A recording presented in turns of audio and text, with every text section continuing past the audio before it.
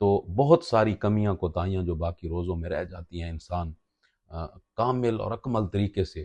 عبادت اس انداز میں سر انجام نہیں دے سکتا، کئی کمی کوتاہیاں رہ جاتی ہیں۔ تو فرمایا کہ ان 6 روزوں سے وہ کمیاں بھی اللہ دور کر دیتا ہے، کیونکہ وہ روایات بھی موجود ہیں کہ نفلی عبادت روز محشر بھی انسان کے کام آئے گی، کہ جس کی نمازیں کم ہوں گی تو نفلی نمازوں کے ذریعے اس کے فرائض کا جو ہے وہ کمپنسیٹ ان کو کر دیا جائے گا، وہ فرائض کی جگہ لے لیں گی، انسان کے اعمال کے اندر اس کا اجر اللہ اتنا عطا فرمائے گا۔ تو ان دنوں میں روزے رکھنا یہ بڑی سعادت کا عمل ہے،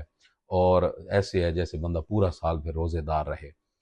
ایک چیز اس میں یہ اہم ہے، ضروری نہیں ہے کہ ان 6 روزوں کو ایک ترتیب میں رکھا جائے، جیسے سہولت ہے آپ اس طرح رکھ لیں، چاہے ہر ہفتے میں 2 رکھ لیں، یا جس طرح بھی آپ کو سہولت نظر آئے آپ رکھ سکتے ہیں یہ روزے۔